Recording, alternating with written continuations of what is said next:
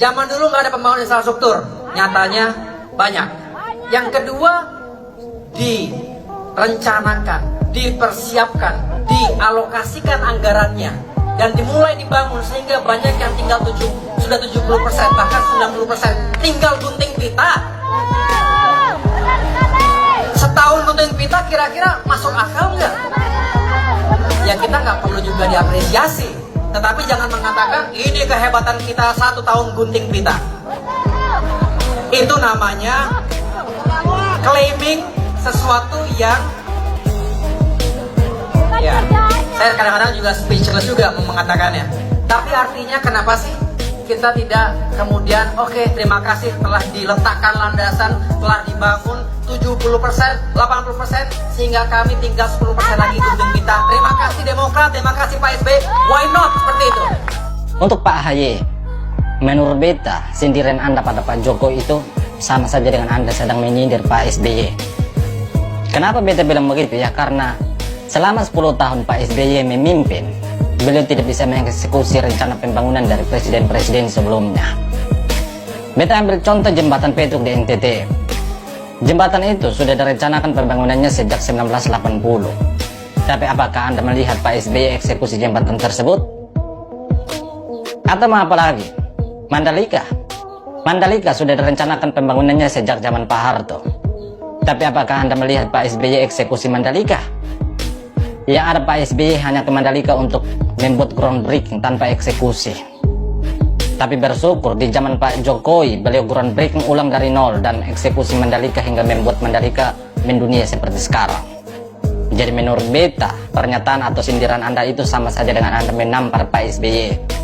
Karena Pak SBY tidak bisa mengeksekusi rencana pembangunan dari presiden-presiden sebelumnya, yang ada beliau hanya membuat rencana di atas rencana. Dan supaya Anda tahu, anak SD pun bisa membuat rencana. Bahkan beta sebagai masyarakat awam saja punya rencana untuk meratakan anak Candi Hambalang yang ada di NTT.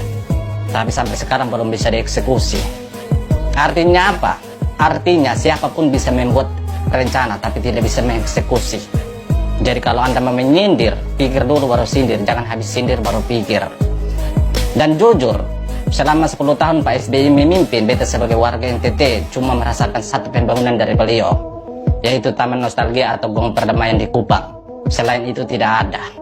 Jadi kalau Anda mau mengatakan bahwa pembangunan yang dulu sudah 70 hingga 90% itu di daerah mana?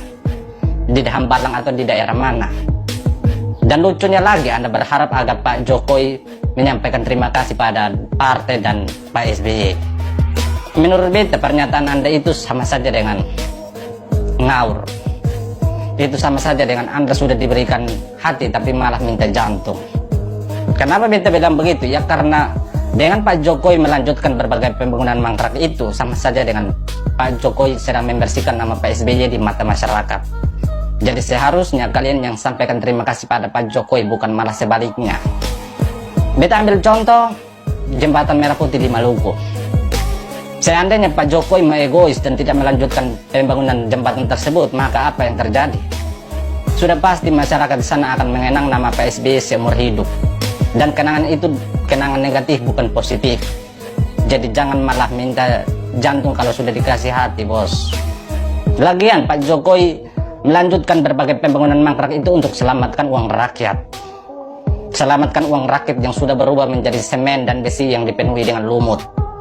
Jadi Pak Jokowi melanjutkan pembangunan mangkrak itu untuk kepentingan rakyat, bukan seperti Anda yang hanya mementingkan diri dan partai saja. Jadi beta sarankan pada Anda, kalau Anda belum mampu seperti Pak Jokowi, mending urus partai saja, bos. Karena jujur, beta sebagai masyarakat awam saja bisa melihat bahwa Anda gagal dalam memimpin partai. Atau Anda bisa renungkan sendiri kenapa Pak SBY harus turun gunung untuk bantu partai. Itu menunjukkan bahwa Anda belum mampu berdiri di kaki sendiri. Jadi kalau Anda mau tetap bertahan dengan gaya kepemimpinan yang seperti sekarang, maka jangan kecewa kalau 2024 partai Mercy rata dengan tanah.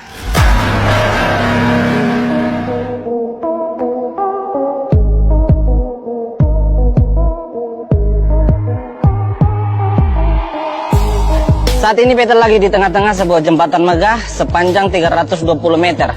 Nama jembatan ini adalah Jembatan Petuk. Dan jembatan ini direncanakan pembangunannya sejak tahun 1980 Tapi itu hanyalah rencana yang dibuat oleh para mantan. Dan semenjak naiknya Bapak Presiden Jokowi, jembatan ini mulai dibangun tahun 2015 dan selesai tahun 2017.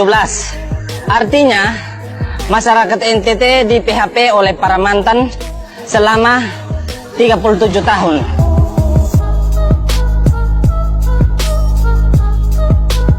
Saat ini beta lagi di sebuah gedung mangkrak letaknya di Kupang NTT. Sebelum beta sampaikan nama dari gedung ini, mungkin saudara masih ingat dengan Wisma Atlet di Hambalang. Jadi di Jawa Barat punya induknya yaitu Candi Hambalang, kami di NTT juga punya anaknya yaitu Candi Epoi.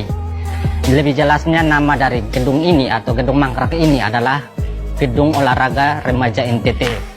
Gedung ini dibangun pada zaman Pak SBY dan menjadi mangkrak pada tahun 2012 ketika Pak Andi Malarangeng yang selaku Menpora waktu itu ditetapkan sebagai tersangka kasus korupsi Hambalang.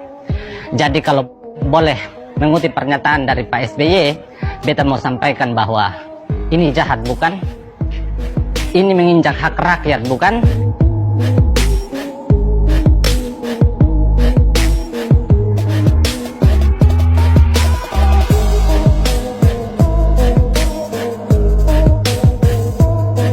Dan untuk Pak AHY, ini kayak yang Anda katakan bahwa pembangunan zaman Pak SBY sudah 70 hingga 90%.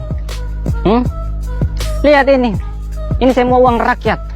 Uang rakyat sebesar 11 miliar rupiah yang telah berubah menjadi semen dan besi yang tidak ada fungsinya lagi. Jadi ini yang Anda banggakan. Jadi untuk saudara yang nonton video ini, beta sampaikan bahwa 2024 tenggelamkan Partai Demokrat.